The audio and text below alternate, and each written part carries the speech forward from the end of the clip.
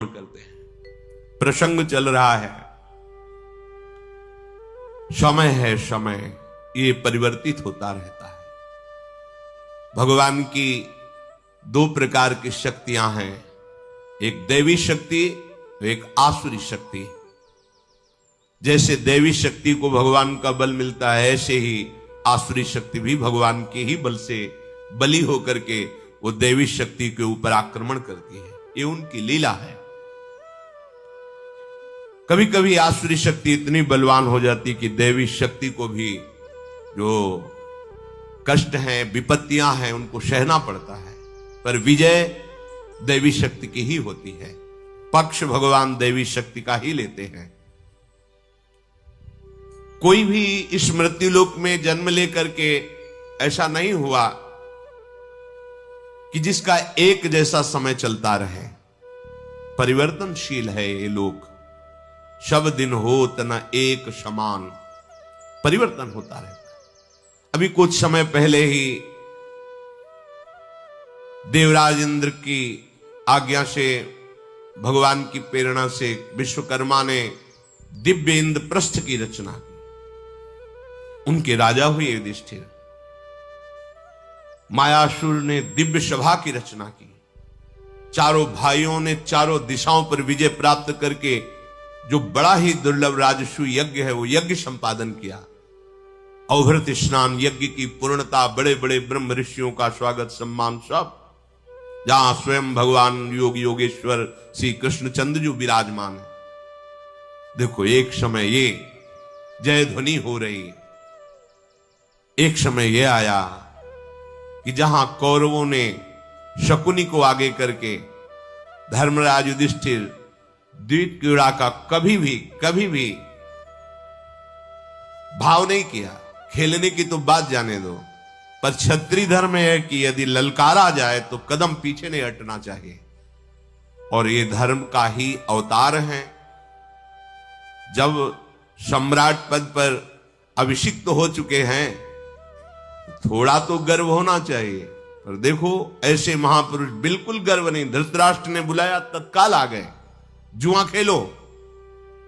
यद्यपि उन्होंने कहा है निंदनीय कर्म है, नहीं, ऐसा नहीं होना चाहिए, पर जब आप आदेश करते हो तो मैं आपके आदेश का उल्लंघन नहीं करूंगा। और धर्म है कि यदि कोई ललकारे तो पीछे नहीं हटना है। द्वित क्रीड़ा में एक ऐसा उन्माद चढ़ता है कि शायद अब की जीत जाए, शायद अब की जीत जाए।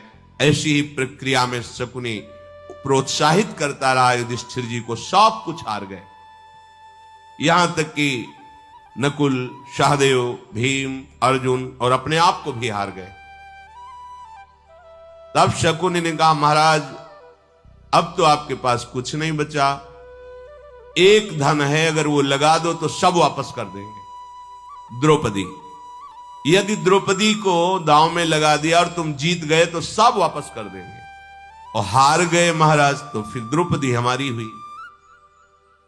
प्रलोभन जागृत हुआ कि शायद दांव पर लट जाए, पर वो कपटी सिद्धहस्त द्वित क्रीड़ा का पांसे उसी के पक्ष में पड़े और द्रौपदी को हार गए। दुर्योधन ने प्रातिकामी को आदेश किया, उसका निज सेवक है, जाओ द्रौपदी को बुलाओ, सभा में लाओ। प्रातिकामी से द्रौपदी ने कहा कि इस समय मैं रजस्व लाऊं, स्त्री धर्म से युक्त हूं, एक वस्त्र धारण किए हुए हूं और सभा में किसी भी तरह मैं नहीं जा सकती। पर यह सभा में पूछ के आओ कि महाराज पहले अपने को हारे हैं या मेरे को? क्या ये धर्म है अपने को पहले हारने के बाद मुझे दांव में लगाने का उनका धर्म बनता है? प्रातिकामी गया, कोई भी उत्तर सभासदों ने नहीं दिया। दुर्योधन ने फटकारा उसे। अंततो गत्वा दुशासन को आदेश किया, जाओ और द्रौपदी दासी है उसको घसीटते हुए यहां लाओ। दुशासन द्रौपदी के परम पवित्र केश जो अवभृत स्नान से पवित्र हुए हैं, ब्रह्म ऋषियों के मंत्र द्वारा जिनका राजस्व यज्ञ में अभिषेक हुआ है, ऐसी महारानी द्रौपदी को बाल पकड़ के घसीट के लाने की चेष्टा की। केश पकड़ने से द्रौपदी को कष्ट हो रहा, उससे ज्यादा कष्ट हो रहा है कि जो गुरुजन है उनके सामने एक वस्त्रा ऐसी अवस्था में जाना। बार बार वो निवेदन कर रहे, दुशासन तू समझ, मैं कोई और नहीं हूं, तू मेरे ही परिकर का, मेरे ही परिवार का है, ऐसा तुझे नहीं करना चाहिए, तेरी दृष्टि मेरे प्रति पूज्य होनी चाहिए। पर मदांधता, आसुरी बुद्धि, ये विनय आदि नहीं सुनती। श्री द्रौपदी जी ने कहा, ऐ क्रूर कर्मा दुराचारी दुशासन, तू इस तरह मुझे मत खींच, नहीं तो इंद्र आदि देवता भी मिलकर तुझे नहीं बचा सकते। मेरे पति महाबलवान हैं, ये अत्याचार नहीं सह सकेंगे। महात्मा युधिष्ठिर सदैव धर्म में स्थित रहते हैं और धर्म का बड़ा सूक्ष्म स्वरूप है, इसलिए मैं उनके ऊपर कभी कोई दोष नहीं कर सकती कि उन्होंने क्यों हारा। बिल्कुल नहीं, छोटे से छोटी बात भी मैं दोष युक्त उनकी ना देख पाऊंगी ना सुन पाऊंगी, क्योंकि उनका जो निर्णय होता है धर्म से युक्त होता है। तो सभा में मत ले चल, ये पाप पूर्ण कृत्य मैं देख रही हूं कि तेरे सिवा कोई और नहीं कर सकता है। निश्चय तेरी मृत्यु नजदीक है। जान पड़ता है द्रोणाचार्य, पितामह भीष्म, महात्मा विदुर, राजा धृतराष्ट्र में कोई भी धर्म और शक्ति नहीं रह गई। ये महापुरुष इस पापाचार की तरफ दृष्टि डाल करके भी क्रोध युक्त क्यों नहीं हो रहे? कौन सुने? दुशासन घसीटता हुआ सभा में ले गए। क्या हालत हो रही होगी उस समय द्रौपदी जी की, जिनको आज तक कुरुवंशी देख ही नहीं पाए। ऐसी सुरक्षा व्यवस्था और पाल की महारानी है, किसी मनुष्य से प्रकट नहीं हुई, यज्ञशाला से प्रकट हुई देवी हैं। बाल खुले हुए हैं और वो भी दुशासन के हाथ में है। एक वस्त्र है, रजस्वला है, स्पर्श करना निषेध माना गया है। सभा में तो जाना बिल्कुल नहीं। जब सभा में गई, आसपास देखा, कोई भी सर ऊंचा नहीं किए है, छोड़िए कर्ण, दुर्योधन आदि के सिवा। मैं हाथ जोड़ करके सब सभा से पूछती हूं, क्या मैं धर्म के अनुसार जीती गई हूं? करुण स्वर में सबसे पूछ रही, पर कोई भी उत्तर नहीं दे रहा। तब बड़ी करुणा दृष्टि से पांडवों की तरफ देखा और देख करके अश्रु प्रवाह करते कि आप जैसे वीरों के द्वारा रक्षित होने पर भी मेरी ये दुर्दशा कि सभा में केस पकड़े खड़ा हुआ है दुशासन। भीमसेन को सहा नहीं गया। उन्होंने कहा, महाराज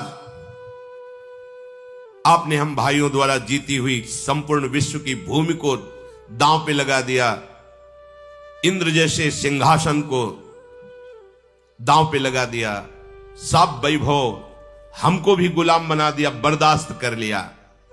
लेकिन द्रौपदी को जो तुमने दांव में लगाया और इस दशा को देख रहा हूं, तो बस मेरे मन में एक ही बात आ रही कि तुम्हारी दोनों भुजाएं लात लगा के उखाड़ूं और आग में झोंक दूं।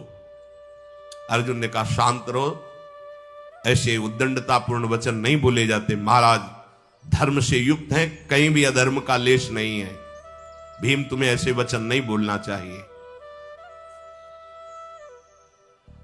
दुशासन बार बार बाल पकड़ के झकझोरता है और जोर से ठहाका मार के हंसता है। कर्ण भी बड़ा प्रसन्न होकर के हंस रहा है और कह रहा, वाह दुशासन वाह, दासियों के साथ ऐसा ही बर्ताव करना चाहिए। गांधाराज शकुनी कह रहा है, दुशासन तुम महाबली हो, ठीक है ऐसा ही करो। जितने सभासद थे इस दुर्दशा को देखकर सबकी ग्रीवा झुकी हुई है। उस समय द्रौपदी की दुर्दशा देखकर किसी की हिम्मत नहीं हो रही कि रोक। यह है अधर्म के पक्ष का अन्न खाने का फल। द्रोणाचार्य जी, भीष्म पितामह सब हस्तिनापुर की तरफ से ही है, इन्हीं का अन्न खा रहे हैं, इसलिए इस समय इतनी सामर्थ्य नहीं रह गई। अगर एक खड़े हो जाते, द्रोणाचार्य ही खड़े हो जाते, तो किसी की सामर्थ्य नहीं कि द्रौपदी को छू सके। कृपाचार्य, भीष्म जी बड़े बड़े, इनका कौन विरोध कर सकता है, लेकिन हिम्मत ही नहीं हो रही। और धर्म का बड़ा सूक्ष्म स्वरूप है, इसीलिए शांत है। मेरा विश्वास है धर्मराज युधिष्ठिर धन समृद्धि से भरी हुई सारी पृथ्वी का त्याग कर सकते हैं, लेकिन धर्म का नहीं। भीष्म जी बोले, इसलिए बेटा क्या उचित है क्या अनुचित है स्वयं धर्मराज युधिष्ठिर जानते हैं, इसीलिए मैं मौन हूं। भीष्म जी ने कहा। ये कोई उत्तर नहीं रहा, सब बातें एक तरफ हैं, लेकिन किसी भी स्त्री के साथ यदि ऐसा दुर्व्यवहार हो रहा हो और अपने में बल हो तो प्राणों की आहुति दे देनी चाहिए और उसकी रक्षा करनी चाहिए। यह सबसे बड़ा धर्म है, इसके आगे कोई धर्म का नहीं। धर्म का भी एक क्रम होता है, जिस समय ऐसी अपवित्र स्थिति हो उस समय एक ही धर्म बचता है, उसकी रक्षा करना। ये शकुनी बहुत धूर्त है और द्वित विद्या का बहुत बड़ा जानकार है, सिद्धास्त है। इसने छल करके जीता है, पर युधिष्ठिर को समझ में नहीं आया और वो हारते चले गए। अब हम क्या बोले? भीष्म जी ने कहा। द्रौपदी ने कहा, जुआ खेलने में निपुण, अनार्य, दुष्टात्मा, कपटी, द्वीप प्रेमी, इन धूर्तों ने महाराज को उकसाया, सभा में बुलाया और इस तरह उनके बिल्कुल जिनको जुआ का ज्ञान नहीं उनको परास्त किया। ये अशुद्ध भावना वाले पहले युधिष्ठिर को जुए में जीते, तत्पश्चात मुझको दांव में लगाने का भाव इनके अंदर उत्साहित किया। वो सभा नहीं है जहां वृद्ध पुरुष ना हो, और वो वृद्ध पुरुष नहीं है जो धर्म का ज्ञान न रखता हो, और वो धर्मात्मा नहीं है जो धर्म के अनुसार वर्ताव न करता हो, और वो धर्म क्या जिसमें सत्य न हो, और वो सत्य क्या जिसे छल जीत ले। द्रौपदी ने ऐसा, पर कौन सुने द्रौपदी की? भीम बोले, दुर्योधन हंस ले, इस समय मैं महाराज के आदेश से चुपचाप बैठा हूं, पर जिस दिन ये दास भाव से मुक्त होऊंगा तो सबसे पहला काम होगा अपनी भुजाओं की रगड़ से तेरी हंसी मिटाऊंगा। महाराज सब कुछ हार गए, मुझे कष्ट नहीं हुआ, पर आज सभा में जो अपमान हो रहा है, कोई भी रोके मैं इस अपमान का परिणाम तो जरूर दूंगा। चाहे कोई देवता भी हो, यदि मैं आवेश में आ जाऊं तो वो जीत नहीं सकता है, फिर तुम क्या हो? ये पांडवों को पति रूप में प्राप्त करने वाली कृष्णा अपमान के योग्य नहीं है। ये श्री कृष्ण की सखी है, इसका ऐसा अपमान पूरे विश्व का विनाश करेगा। द्रौपदी की दुर्दशा देख करके मैं इतना क्रोधित हो रहा हूं कि बार बार मुझे लगता है सहदेव तुम आग लाओ और इन युधिष्ठिर की भुजाओं को मैं अभी जलाता हूं। अर्जुन खड़े हो गए और उनका आपको फिर प्रार्थना करता हूं, महाराज का कोई दोष नहीं है, आप ऐसे अशुद्ध शब्द मत बोलो। भीम ने कहा, अर्जुन मैं जानता हूं, इसीलिए क्षत्रिय धर्म के अनुकूल बर्ताव करने वाले महाराज को भी क्षमा कर रहा हूं। नहीं, जैसे प्रज्वलित अग्नि अपने स्वरूप में आ जाती, अब तक मैं अपने स्वरूप में आ गया होता। पांडवों को दुखी देख करके दुशासन और आनंदित हुआ और द्रौपदी को घसीट रहा है। महाराज धृतराष्ट्र के 100 पुत्रों में एक विकर्ण नाम का पुत्र भी है। वो खड़ा हो गया और कहा, भूमि पालो द्रोणाचार्य भीष्म जी, अब क्या तुम में सामर्थ्य नहीं रही कि इसका उत्तर दे दो? द्रौपदी पूछ रही है कि क्या मैं हारी गई हूं? अगर आप सभा में सब बैठे हुए इसका उत्तर नहीं देते तो सबको दंड मिलेगा, सबको महान कष्ट भोगना पड़ेगा। भीष्म, धृतराष्ट्र, कुरुवंश के सब वृद्धजन सुन लो, विदुर जी सब सुन लो, यदि तुमने द्रौपदी का उत्तर नहीं दिया तो सबको महान कष्ट प्राप्त होगा। यह मैं सत्य वचन कहता हूं। आपके उत्तर की केवल आवश्यकता नहीं, द्रौपदी समर्थ है अपने बचाव के लिए, पक्का। द्रौपदी चाहे तो सभा को भस्म कर सकती है। विकर्ण ने जब सभासदों से बार बार ये बात कही तो कोई भी कुछ नहीं बोला। बार बार आग्रह करने पर जब कोई कुछ नहीं बोला तो विकर्ण हाथ मलता हुआ, लंबी सांस खींचता हुआ कहा कि द्रौपदी के प्रश्न का ना उत्तर देने वाले समस्त सभासदों, तुम सबको मृत्युदंड प्राप्त होगा। देख लेना, ये धृतराष्ट्र के ही पुत्र हैं। मैं सत्य को साक्षी करके कहता हूं, इस सभा में जो भी द्रौपदी का उपहास कर रहे सब मृत्युदंड को प्राप्त होंगे। ये पांडुनंदन युधिष्ठिर को जो छल पूर्वक हराया गया है, ये द्रौपदी को दांव पे लगा करके जो जीता गया है, इसका परिणाम केवल मृत्यु है, केवल सर्वनाश है। कर्ण ने क्रोध में भर करके कहा है, तू घर का है या बैरी है? अपने भाइयों के प्रति ऐसा साप दे रहा है, ठीक कर रहा है दुर्योधन और दुशासन। कर्ण ने विकर्ण को डांट लगाई। विकर्ण है धृतराष्ट्र का पुत्र। ए धृतराष्ट्र कुमार, तुम द्रौपदी को क्या जीती हुई नहीं मानते? सभा में जब युधिष्ठिर दांव पे लगा रहे थे तब क्यों नहीं रोका भीम ने कि मेरी भी पत्नी है? अर्जुन ने क्यों नहीं रोका? मौन रहना तो मौन स्वीकार का लक्षण होता है। अर्थात पांचों ने मिलकर के द्रौपदी को हारा है, वाणी द्वारा कहकर द्रौपदी को दांव पे लगाया है। पांडवों ने मौन होकर स्वीकार किया है। दूसरी बात, राजा की सब संपत्ति उसके अधिकार में होती है। महाराज चक्रवर्ती सम्राट होकर सब कुछ हार गए। हर तरह से द्रौपदी जीती गई है। मेरी उत्तम बात सुन। बड़ा उपहास करता है, बड़ी गंदी बात बोलता है कर्ण। देख, स्त्री के लिए एक पति निर्धारित किया गया है। एक राजा कई रानियां रख सकता है, लेकिन रानी एक पति, और इसके 5 पति है। इसको सभा में निर्वस्त्र किया जाए, कौन सी बड़ी बात है? बड़ा इसमें तो अपवित्र शब्द का उच्चारण किया। दुशासन, ये विकर्ण मूढ़ है, इसकी बात को मत सुनो। उतारो इन 5 पांडवों के वस्त्र और द्रौपदी के वस्त्र। ऐसा कर्ण ने, कर्ण की बात सुन करके दुर्योधन ने आदेश किया तो पांडवों के वस्त्र ऊपर के उतार लिए गए। दुर्योधन ने दुशासन से कहा कि बलपूर्वक द्रौपदी का, क्योंकि अपने हाथ से भी पकड़े हुए थी, बलपूर्वक द्रौपदी का वस्त्र हटाओ और सभा में निर्वस्त्र खड़ी करो। तब द्रौपदी ने समझा, अब जब हमारे पतियों के वस्त्र ऊपर के उतार लिए गए और ये महाबली दुशासन है, अब मैं नहीं रोक सकती। तो उनको याद आई, जब कोई नहीं सहारा दिखाई दिया तब अपने प्यारे की याद आई, श्री कृष्ण की।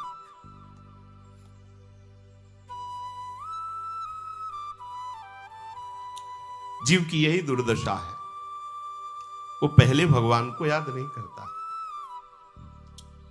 जिसको अपना बल माने हुए उसको देखता है। जब पता चलता है कि कोई भी बल उसका सहयोग नहीं करता, तब उसको भगवान की याद आती है। इतना सब कुछ इसीलिए हुआ। अगर कहीं भी उनको सबसे पहले अन्य आश्रय छोड़कर प्रभु को पुकारती तो मुझे लगता है महल से ही उनको यहां नहीं आना होता।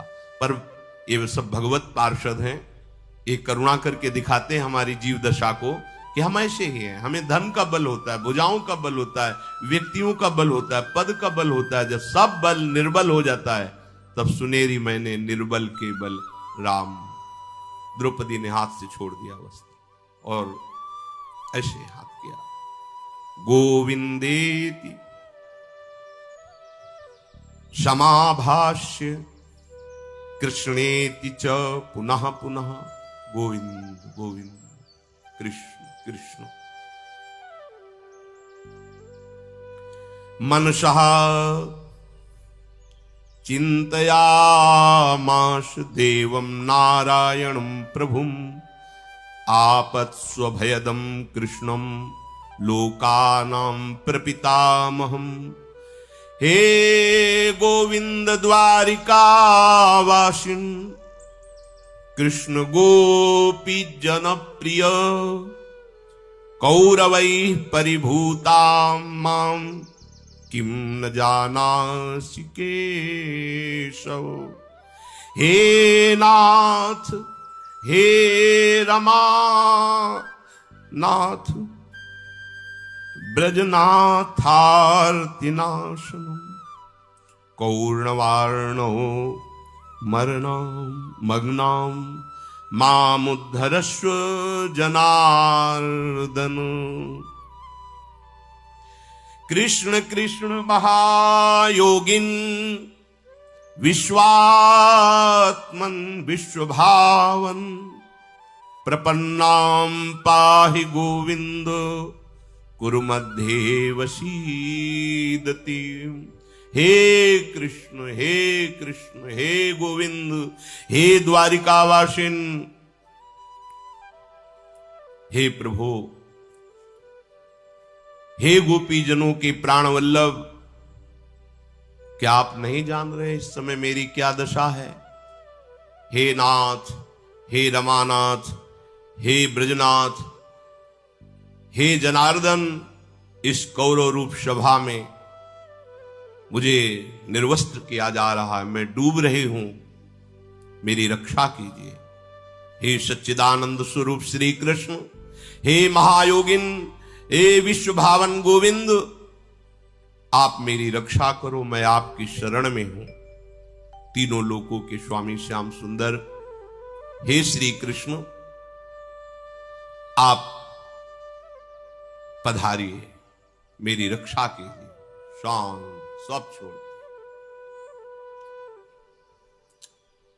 याज्ञसेन्यावचः श्रुत्वा कृष्णो गह्वरितो भवत् त्यक्त्वा शय्यासनं पदभ्यां कृपालुः कृपयाभ्यगात्।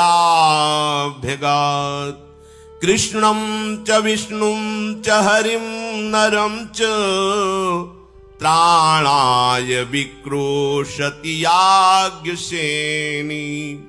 ततस्तु धर्मोऽन्तरितो महात्मा समावृणोद्वै विविधैः सुवस्त्रैः। जे भी द्रौपदी जी हे कृष्ण हे गोविंद हे नाथ ऐसा पुकार रहे, भगवान दौड़े, पर सोचा विलंब हो जाएगा, इसलिए अंतर ध्यान होकर द्रौपदी के वस्त्र बन गए। भगवान का चीर अवतार हो गया, वस्त्रावतार हो गया। दुशासन खींचता जा रहा है और नवीन नवीन वस्त्र यहां से पल्लू नहीं हटा पाया। अनेक रंगों के वस्त्र प्रकट हो गए, अंबार लग गया वस्त्रों का। 10,000 हाथियों का बल रखने वाला दुशासन खींचते खींचते थक करके गिर गया। पूरी सभा में हाहाकार मच गया। द्रौपदी आंख मूंदे शांत भाव से खड़ी, दुशासन थकित होकर के बैठ गया। भीमसेन खड़े हुए, उन्होंने कहा समस्त सभासदों मेरी बात पर ध्यान दो, आज के पहले किसी ने ऐसी बात नहीं कही होगी। ये खोटी बुद्धि वाला दुशासन जैसे द्रौपदी के वस्त्र को बलपूर्वक खींच रहा था, ऐसे ही मैं बलपूर्वक इसको घसीट करके सबके बीच में महायुद्ध में पटकूंगा, इसकी छाती फाड़ूंगा और रक्त पीऊंगा। ये मैं आप प्रतिज्ञा लेता हूं, अगर मेरी ये प्रतिज्ञा झूठ हो तो मुझे कभी सदगति प्राप्त न हो। इसको पटक कर मारूंगा, अपने हाथों से इसकी छाती फाड़ूंगा और इसका खून पीऊंगा। सब कांप गए। दुशासन शक्तिहीन चुपचाप लज्जित होकर बैठा हुआ है, वस्त्रों का अंबार लगा हुआ है। सब और धिक्कार है दुशासन को, दुर्योधन को, कर्ण को, ऐसी बातें होने लगी। गांधारी जी ने जब सुना कांप गई कि द्रौपदी सती है, देवी है, अगर उसने ठान लिया तो निश्चित सर्वविनाश हो जाएगा।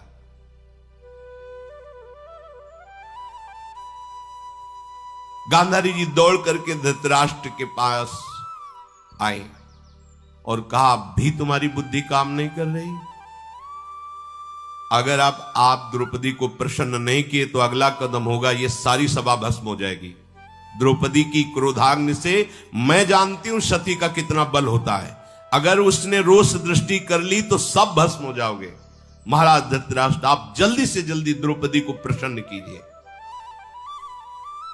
द्रौपदी ने कहा कि आज जो कौरव सभा में अपमान हुआ, मेरे केश खुले, मैं पांडवों की पत्नी हूं और भगवान व्यास देव जी ने ब्याह करवाया है, अर्थात धर्म संज्ञक है, और दृष्टद्युम्न की बहन हूं, श्री कृष्ण की सखी हूं।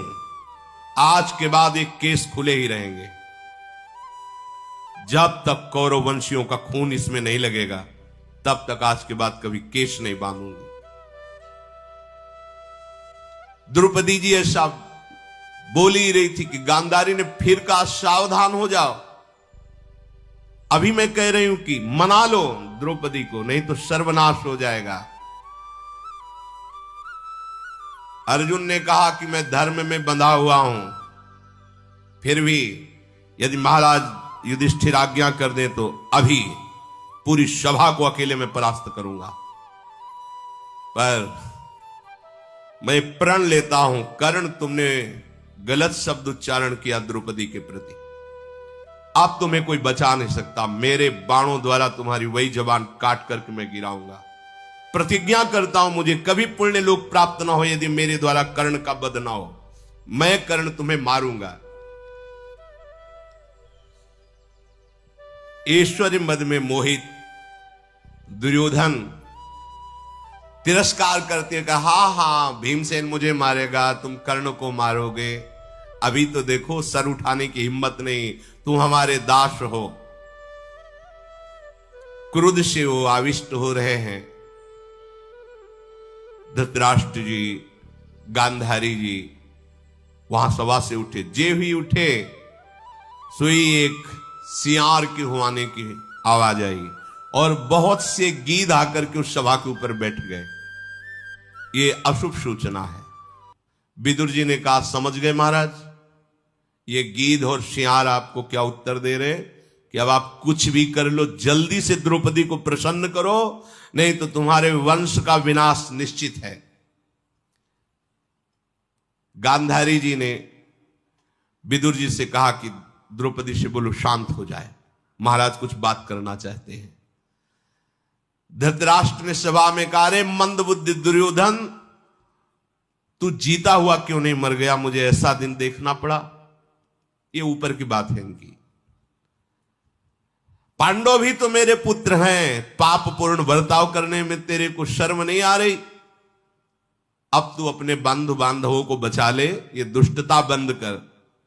धृतराष्ट्र ने कहा, बेटी बेटी मुझे क्षमा कर दो, तुम मेरी पुत्र वधुओं में सर्वश्रेष्ठ हो, धर्मपरायणा हो, सती हो, मैं तुम्हें वरदान देने के लिए तैयार हूं, तुम मुझसे एक वरदान मांगो। द्रौपदी ने कहा, यदि वर देना चाहते हो तो मेरे धर्माचरण करने वाले प्राणपति महाराज धर्मराज युधिष्ठिर को दास भाव से मुक्त कीजिए। उन्होंने कहा है, एवमस्तु, अभी मुझे शांति नहीं हुई, तुम एक और वरदान मांगो। तो फिर मैं दूसरा वरदान मांगती हूं, भीमसेन अर्जुन नकुल सहदेव अपने अस्त्र शस्त्र और रथ के सहित स्वतंत्र कर दिए जाएं, तथास्तु। फिर तुम एक वरदान और मांगो। तो उनका, बस मुझे तीसरा मांगने की जरूरत नहीं, इतने में ही सब हो जाएगा। मेरे पति दास भाव से मुक्त ही, उनको अस्त्र मिल गए, उनकी भुजाओं में इतनी ताकत है कि मुझे किसी और वरदान की जरूरत नहीं है। कांप गए धृतराष्ट्र जी और उन्होंने कहा कि तुम मांगो या ना मांगो, जितना कुछ जीता गया सब वापस कर दो, कुछ नहीं कुछ नहीं कुछ नहीं, सब तुम्हारा। इंद्रप्रस्थ तुम घबरा गए धृतराष्ट्र की, अब तो सर्वनाश ही हो जाएगा। हम आपको मुक्त करते हैं, जो कुछ भी सब तुम्हारा वापस, और तुम तुरंत जाओ इंद्रप्रस्थ के सिंहासन पर विराजमान हो। धृतराष्ट्र जी के ऐसे वचन सुनकर युधिष्ठिर जी ने हाथ जोड़ा और चरण छुआ और कहा, ऐसी ही आशा थी कि आप परिवार में फूट नहीं होने देंगे, आप पिता हैं। उन्होंने कहा कि बेटा मैं जानता हूं कि तुम धर्मात्मा हो, क्षमा करना। ये दुष्टता की बातें जो शकुनी, कर्ण और दुर्योधन दुशासन के द्वारा हुई, मैं बहुत लज्जित हूं। जाओ जाओ, तुम अपनी राजधानी को जाओ। एक भी बात अब तुम ऐसी मत सोचना, यही सोचना कोई गलत स्वप्न था, निकल गया, जाओ तुम। कांप रहे हैं धृतराष्ट्र जी। युधिष्ठिर जी ने कहा कि हमारी तो वृत्ति ही है अपने बुजुर्गों की उपासना करना, मैं कभी बुरा नहीं मानूंगा, और मेरी आज्ञा में रहने वाले भाई कभी आपका बुरा नहीं करेंगे, बस आप आज्ञा दीजिए। भारत तुम शांत रहना, धृतराष्ट्र ने कहा, और सब भूल जाओ, जाओ। युधिष्ठिर जी जैसे आए थे वैसे ही इंद्रप्रस्थ के लिए जाने, अभी आधे रास्ते पे ही पहुंचे होंगे। दुर्योधन, शकुनी, दुशासन, कर्ण, इन्होंने का सब बिगाड़ दिया धृतराष्ट्र जी ने। जो हमने सब एकत्रित किया था और सब वापस कर, अब क्या होगा? दुशासन ने कहा कि महारथियों तुम चाहे जितना प्रयास कर लो, भीम हमारा सीना फाड़ के खून पिएगा, उसका संकल्प नहीं टल सकता यदि छोड़ दिया गया तो। कर्ण ने कहा मार तो सकते नहीं, क्योंकि अस्त्र उनके पास पहुंच गए हैं, सब वैभव उनका हो गया है। अब तो बस हमें यही लगता है कि युद्ध होगा और सर्वनाश होगा। शकुनी ने कहा कि दुर्योधन अभी तुम काम बना सकते हो, तुम एकांत में जाके अपने पिता के चरणों को पकड़ के रो, और जो मैं सिखा रहा हूं बात कहो जाके। धृतराष्ट्र के समीप गए, दुर्योधन पैर पकड़ लिए, पिताजी मुझे बहुत भय लग रहा है। क्यों? क्योंकि अर्जुन गांडीव पा चुका है, और वो वीर जब अपने स्वरूप में द्रौपदी का चिंतन करेगा कि ऐसा अपमान किया गया, तो हम भाइयों को बिल्कुल इंद्रप्रस्थ से ही वहीं से नष्ट कर देगा। यहां हस्तिनापुर दिव्यास्त्रों का ज्ञाता है, बिल्कुल बिल्कुल मैं नहीं बच पाऊंगा, मैं बहुत भयभीत हूं, आप हमारी रक्षा कीजिए। अच्छा बेटा, तो क्या कर सकते हैं अब? मामा ने कहा है एक बार केवल वापस बुला लीजिए, अब की बड़ा जुआ नहीं होगा, एक दांव होगा, और उस दांव में 12 वर्ष का वनवास और 1 वर्ष का अज्ञातवास। यदि वो जीते तो हम जाएंगे, और हम जीते तो वो जाएंगे, अगर वो चले गए तो हम 12 वर्ष में इतनी व्यवस्था कर लेंगे, इतने मित्र बना लेंगे कि पांडवों से लड़ सकते हैं। महाराज मुझे बचा लो। और हम आपको बता रहे हैं कि शकुनी मामा के पासे वैसे ही पड़ते जैसा चाहते, इसलिए विजय मेरी ही है, आप उनको बुलाओ। और 13वां वर्ष अज्ञात वर्ष का तो पूर्ण ही नहीं कर सकते, क्योंकि इतने महाबली कहां छुपेंगे, और हमारे गुप्तचर पूरे विश्व में लगे रहेंगे, तो ये सदैव वनवास ही में रहेंगे, इसलिए आप बुला लीजिए, हम लोगों की रक्षा कीजिए। धृतराष्ट्र ने कहा बेटा पांडव तो बहुत दूर चले गए हैं, और जब हम बुलाएंगे तो भीष्म और विदुर, उनकी आप परवाह न कीजिए, आप आज्ञा कीजिए, युधिष्ठिर आपकी आज्ञा नहीं टाल सकते। द्रोणाचार्य, सोमदत्त, वाली, कृपाचार्य, विदुर, अश्वस्थामा, पराक्रमी, युत्स, भूरिश्रवा, भीष्म, विकर्ण, जब इन सबको सुनने को मिला तो तुरंत आए, और धृतराष्ट्र का महाराज फिर गलती करने जा रहे हो? तो उनका मैं अर्थ अनर्थ कुछ नहीं देखता, अपने पुत्र की शांति चाहता हूं, इसलिए मेरी आज्ञा का तत्काल पालन किया जाए। गांधारी बोली महाराज आपकी बुद्धि को क्या हो गया है, आप अपने इस दोष से पूरे कुल का नाश क्यों करना चाहते हैं?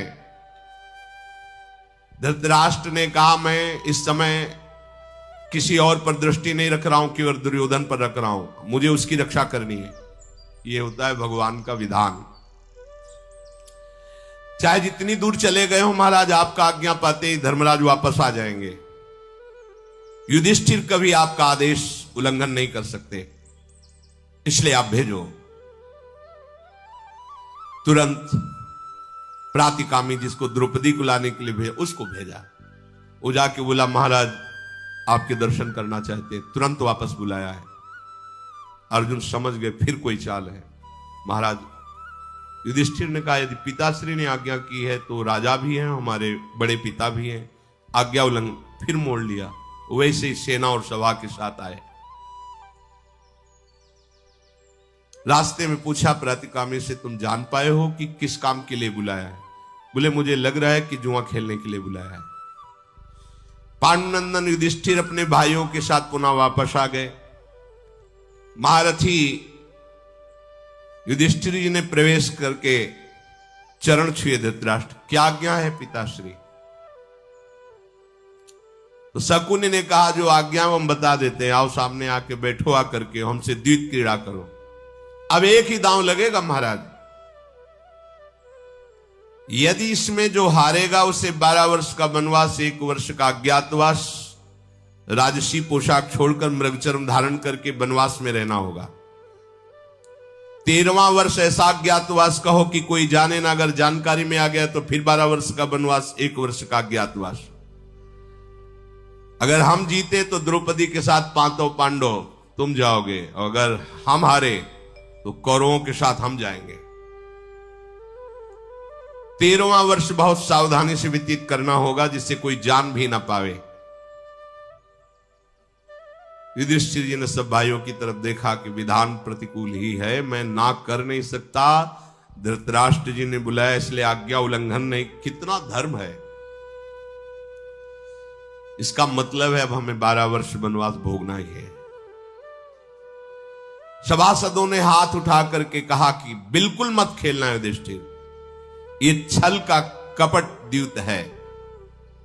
धिक्कार है कौरवों को जो ऐसे धर्मात्मा सीधे साधे युधिष्ठिर को फिर फंसा रहे हैं।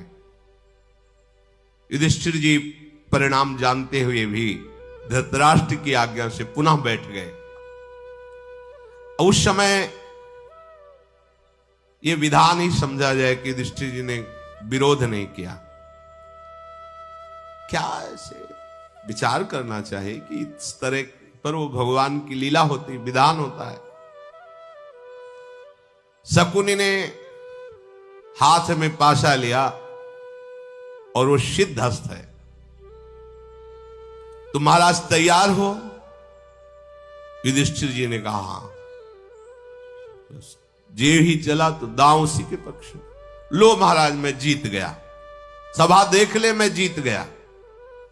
अब तुम्हें 12 वर्ष का वनवास और 1 वर्ष का अज्ञात, सारी संपत्ति छीन ली। पहले से निश्चय हो गया कि तो हार होनी है। युधिष्ठिर जी को आता नहीं था सीधे साधे सरल स्वभाव, नमन कुटिलाई। कौरवों ने मृगचर्म ला के धारण करो, और जो ऋषि मुनियों की रहनी होती उसके अनुसार तुम्हें रहना होगा। वनवास की दीक्षा लो हम लोगों के सामने कि 12 वर्ष तक आप वनवास धारण करोगे, 1 वर्ष तक अज्ञातवास।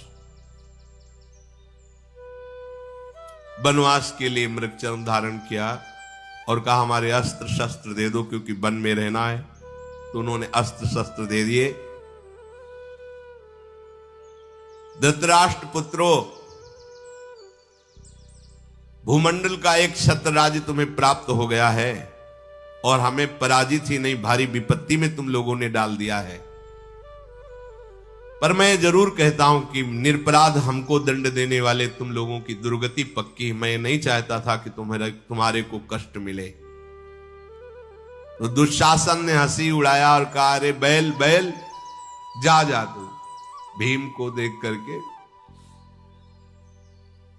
जो द्रौपदी जी राजरानी के वस्त्र पहनती थी, उनके लिए भी एक मृगचर्म और नीचे वस्त्र, एक क्षमाशील जितेंद्रीय कौरवों का सब वैभव प्राप्त हो गया और पांडवों का अपहरण हो गया। कैसा धर्म कब पालन करने वाले स्वीकार कर लिया। समस्त पांडवों का अब जीवन निरर्थक हो गया है, ऐसा कर्ण और दुर्योधन ने कहा। अब जंगलों में भटकेंगे और 1 वर्ष का अज्ञातवास तो ये रह ही नहीं सकते, क्योंकि पहाड़ जैसा शरीर भीम का कहां छुपेंगे। गांडीव धनुषधारी अर्जुन का और धर्मात्मा चक्रवर्ती सम्राट पर अभिषेक हो चुका है युधिष्ठिर का, सब देश देशांतर के लोग जानते, कैसे छुपेंगे। इसका मतलब जीवन भर वन में ही रहेंगे।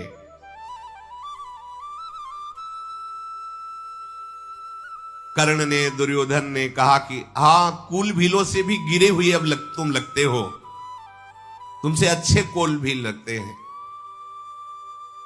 कितना अपमान। देखो धर्म पे चलना कितना कठिन है। भीमसेन ने कहा, रे निर्लज्जो, कर लो बात जो करनी है तुम्हें, चाहे जितनी हंसी उड़ा लो। तो कौरवों के पुत्र नाचते हुए उनके आसपास ताली बजा के, और भीम से कहने लगे, ऐ बैल, अब तू कुछ बिगाड़ सकता है मेरा? भीम ने कहा कि नृशंस दुशासन, तेरे सिवा ऐसी कोई मजाक नहीं कर सकता। अब तुम जाओ, मुझे क्रोध मत दिलाओ। यदि कहीं क्रोध आ गया तो जो कसम खाई थी वो अभी पूरी कर देंगे हम। हमारे लिए कुछ दुर्लभ नहीं, पर महाराज की आज्ञा से मैं बंधा हुआ हूं। भीमसेन ने कहा कि दुशासन, दुर्योधन, कर्ण सब सुन लो। तिरछे होके कहा, 12 वर्ष मेरे लिए वनवास रहना कोई बड़ी बात नहीं, क्योंकि मैं वन में ही पैदा हुआ हूं और वन में ही पला पोषा हूं। ये तुम्हारे लिए कोई कठिन बात होगी। मैं तो ऋषियों के बीच में ही रहा हूं, 12 वर्ष यूं काट के आया, पर 14वें वर्ष के लिए तुम तैयार रहो कि तुम्हारी दुर्दशा पक्की। मैं दुर्योधन का निश्चित वध करूंगा, अर्जुन कर्ण का संहार करेंगे, सहदेव शकुनी को पक्का मारेंगे। ये लिख लो आप लोग। जीव ही समस्त पूर्ववासियों ने ये सुना तो सब एकत्रित हो गए, लाखों करोड़ों की संख्या में, और उन्होंने कहा, महाराज 12-13 वर्ष क्या, एक दिन भी हम आपके बिना नहीं रह सकते। नहीं, जहां हमारे धर्मराज युधिष्ठिर, वहीं पूरी प्रजा साथ जाएगी। विदुर जी आए और कहा, देखो कुंती को हम अपने पास ले जाना चाहते हैं, क्योंकि बहुत वृद्ध हो गई हैं और महल में रहना यहां ठीक नहीं है। इसलिए तुम्हें हम बता देते कि तुम निश्चिंत रहना, कुंती हमारे द्वारा सुरक्षित और सेवित रहेंगी। पांडवों ने विदुर जी को प्रणाम मुद्रा में कहा, जैसी आज्ञा आप देंगे वैसा ही, हम सब आपके पुत्र हैं, वैसा ही हम चलेंगे। विदुर जी ने कहा कि देखो युधिष्ठिर, तुम धर्म के ज्ञाता हो, ऐसा समय कभी कभी धर्मात्माओं के जीवन में आता है, घबराना नहीं, ये भी समय नष्ट हो जाएगा। सहदेव, अर्जुन, भीम सदैव संयम और प्रीता का बर्ताव रखना। महाराज युधिष्ठिर की कभी आज्ञा के विरुद्ध मत जाना। द्रौपदी, तुम सदैव धर्म को आगे रख करके अपने पतियों का सेवन करना। मेरा आशीर्वाद है, कोई भी तुम्हें शारीरिक या मानसिक क्लेश स्पर्श न करे। विदुर जी ने ऐसा कहा, और कुंती जी को अपने साथ रखने का कहा, हे पांडव, तुम्हें 12 वर्ष में कोई रोग नहीं हो सकता, कोई भी बलपूर्वक तुम्हें परास्त नहीं कर सकता। मैं सत्य को साक्षी करके कहता हूं, तुम सुरक्षित 13 वर्ष व्यतीत करके इंद्रप्रस्थ के सिंहासन पर होगे। युधिष्ठिर के प्रस्थान करने पर कुंती जी रो पड़ी और कहा कि यदि मैं ऐसा जानती कि ऐसा मेरे साथ छल होगा तो सतश्रृंग पर्वत से मैं यहां आती ही नहीं आप लोगों को लेके। धन्य है महाराज पांडु जो इस दुख को नहीं देख पाए। मेरे परिवार के साथ जैसा ये दुख भरा प्रसंग हो रहा है, इससे मैं अच्छा मानती यदि मेरे प्राण निकल जाते। मेरे रहते हुए मेरे पुत्रों को 12 वर्ष वन और 1 वर्ष अज्ञातवास। कुंती जी रोती हैं। द्रौपदी जी ने आके चरण छुआ और कहा, आप निश्चिंत रहिए, जब तक मेरे शरीर में प्राण है तो मेरे 5 पतियों का कोई बाल बांका नहीं कर सकता। कुंती ने कहा, पुत्रों मेरी बात ध्यान रखना, कैसी भी परिस्थिति आवे आपस में कभी फूट मत करना, सदाचार और धर्म का कभी त्याग मत करना। चाहे जितनी विपत्ति का पहाड़ टूटे, घबराना नहीं, धैर्य से निकल जाना। तुम लोगों को कष्ट नहीं मिला है, ये कष्ट मेरे को मिला है। उस मां के हृदय से पूछे जिसके ऐसे महाबली पुत्रों का राज्याभिषेक हुआ हो, फिर उसे वनवास दिया गया हो। मैं जानती हूं कि मेरे ही भाग्य का दोष तुम्हें भोगना पड़ रहा है। विलाप करने लगी। पांडवों ने प्रणाम किया, विदुर जी को इशारा किया, विदुर जी कुंती जी को ले गए और वो वन के लिए निकले। जब संपूर्ण प्रजा साथ है तो महाराज युधिष्ठिर ने धौम्याचार्य जी से आदेश किया कि आप सदैव कृपा करके हमारे साथ रहें। ये आचार्य हैं। उन्होंने कुश लिया और वेद मंत्रों के द्वारा मार्ग प्रक्षालन करते हुए आगे बढ़े। पांडव पीछे। 10,000 ब्रह्म ऋषि हैं, लाखों करोड़ों प्रजा उनके साथ है। धृतराष्ट्र ने पूछा, विदुर पांडव निकल गए? बोले हाँ निकल। अच्छी सांस ली, चलो हमारे पुत्र सुरक्षित हैं। तो विदुर कैसे जा रहे हैं पांडव, उनकी चेष्टा क्या है? विदुर जी ने कहा, महाराज परम बुद्धिमान युधिष्ठिर आंख नीचे किए हुए हैं, भयानक दृष्टि वाले महाबलशाली भीम अपनी भुजाओं को देख रहे हैं। महाराज जो अर्जुन है वो बालू लेकर के हाथ में से एक तार छोड़ते हुए जा रहे हैं, बाल को बिखेर दिया है। नकुल पूरे शरीर में रज लगाए, सहदेव पूरे मुंह को मिट्टी से पोते हुए हैं। ऐसे आपके पांडु पुत्र जा रहे हैं। तो विदुर जी, इसका कोई मतलब हो सकता है? हां महाराज, ये चेष्टाओं का मतलब है। महाराज युधिष्ठिर नेत्र अपने इसलिए किए हैं कि उनके अंदर बहुत क्रोधाग्नि और धर्मात्मा और तपस्वी सत्य प्रतिज्ञ है। वो डर रहे हैं कि कहीं किसी पर हमारी दृष्टि न पड़ जाए, नहीं तो भस्म हो जाएगा। इसलिए वो अपनी आंखें नीचे की हुई जा रहे हैं। और भीमसेन जो चल रहे हैं वो मानो ये बता रहे हैं कि मेरी भुजाओं में इतना बल है कि लौट करके एक भी कौरव को मैं छोड़ूंगा नहीं।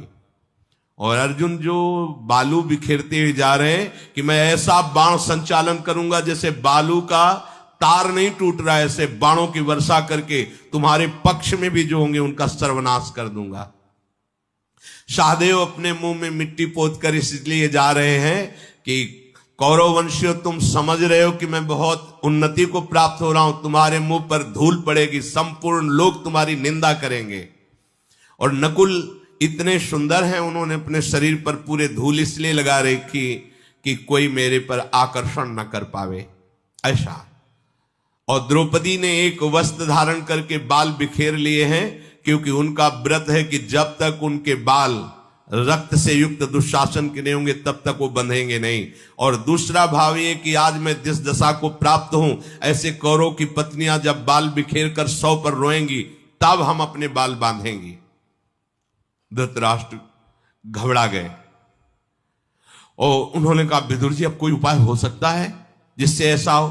सुनो सुनो, जाओ पांडवों को फुसला के लाओ, उनको यहां खिलाते पिलाते हैं, थोड़े दिन रखते हैं, फिर प्रसन्न कर उनका। महाराज अब बातें बंद करो अपनी। वो निकल चुके हैं। लाखों करोड़ों लोग हाहाकार करते हुए कि हमारे स्वामी युधिष्ठिर जब ऐसे वन को जा रहे हैं तो मुझे ऐसे पापाचारियों के राज्य में नहीं रहना। महाराज हम पर कृपा करो, जहां आप रहोगे वहीं हम रहेंगे। मैं धृतराष्ट्र के द्वारा पालित हस्तिनापुर में या इंद्रप्रस्थ में नहीं रह सकता। ऐसे प्रजा बोलने लगी।